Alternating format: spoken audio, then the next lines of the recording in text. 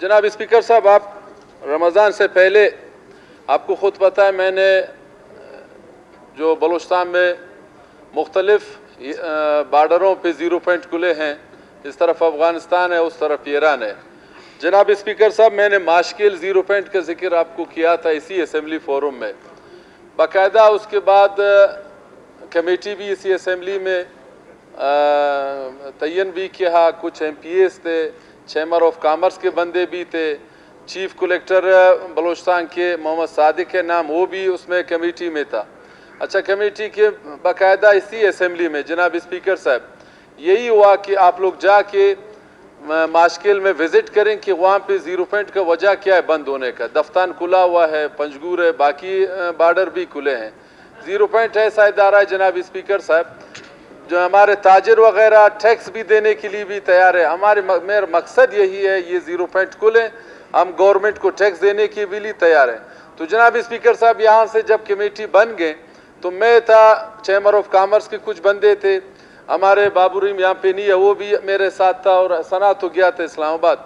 मैं गया माशकिल, तो 2 दिन 3 दिन वहाँ पे इंतज़ार करके, अच्छा हमारे जो ताजिर वगैरह थे बाकायदा कलेक्टर से मिला था कि भाई हमारे मोअज़्ज़िज़ MPAs चैम्बर ऑफ कॉमर्स के बंदे माशकिल में बैठे हैं, खुदारा आप मेहरबानी करें, या आप खुद जाएं या अपना किसी इंस्पेक्टर को भेजें।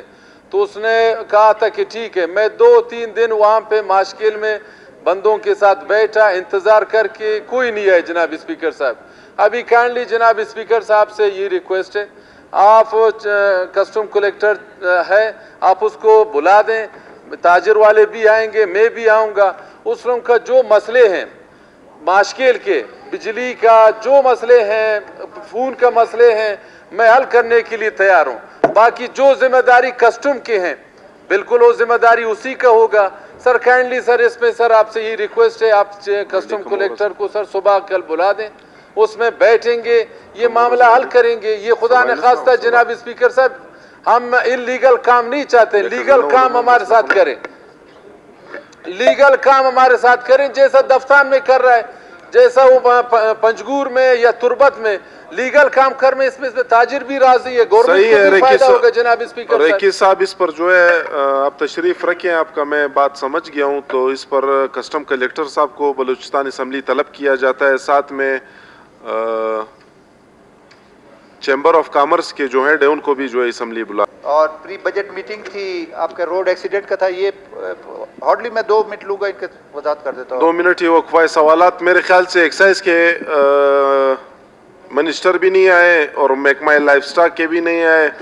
जवाबात तो आप लोगों को मौसूल हो चुके होंगे इनके। जनाब स्पीकर साहब, ये देखें 2021 के क्वेश्चन हैं, मुतमईन नहीं हूँ। मैंने कहा 4 बातें करूँगा, मिनिस्टर आज मुझे बता दें। अभी तो ये देखें लाइस्टॉक का भी देखें, लाइस्टॉक के मेरे क्वेश्चन आप किस महकमे से मुतमईन है बलूचिस्तान में? किसी महकमे से मुतमईन नहीं हूँ जनाब स्पीकर साहब, किसी महकमे से मुतमईन से। और सरदार साहब बैठे हैं, अभी देखते हैं बजट आ रहा है कि CNW के इस बलूचिस्तान में वो वाशुक को नजरअंदाज करेंगे या नहीं क्या कहते हैं? मेरे ख्याल से मिनिस्टर साहिबान नहीं है, मानिक जान है, कहते हैं सरदार साहब मुतमईन कर रहे हैं। जितने भी सवालात हैं इनको डेफर किया जाता है अगले इजलास के लिए।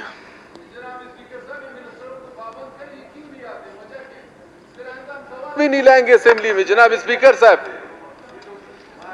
नहीं नहीं, ये क्यों नहीं आते जनाब स्पीकर साहब? आप इसको सख्ती से इस लोगों को लिख के और इस लोगों को निकालें जनाब स्पीकर साहब। आप भी अगर इस लोगों को मिनिस्ट्री से निकालें जो नहीं आता है।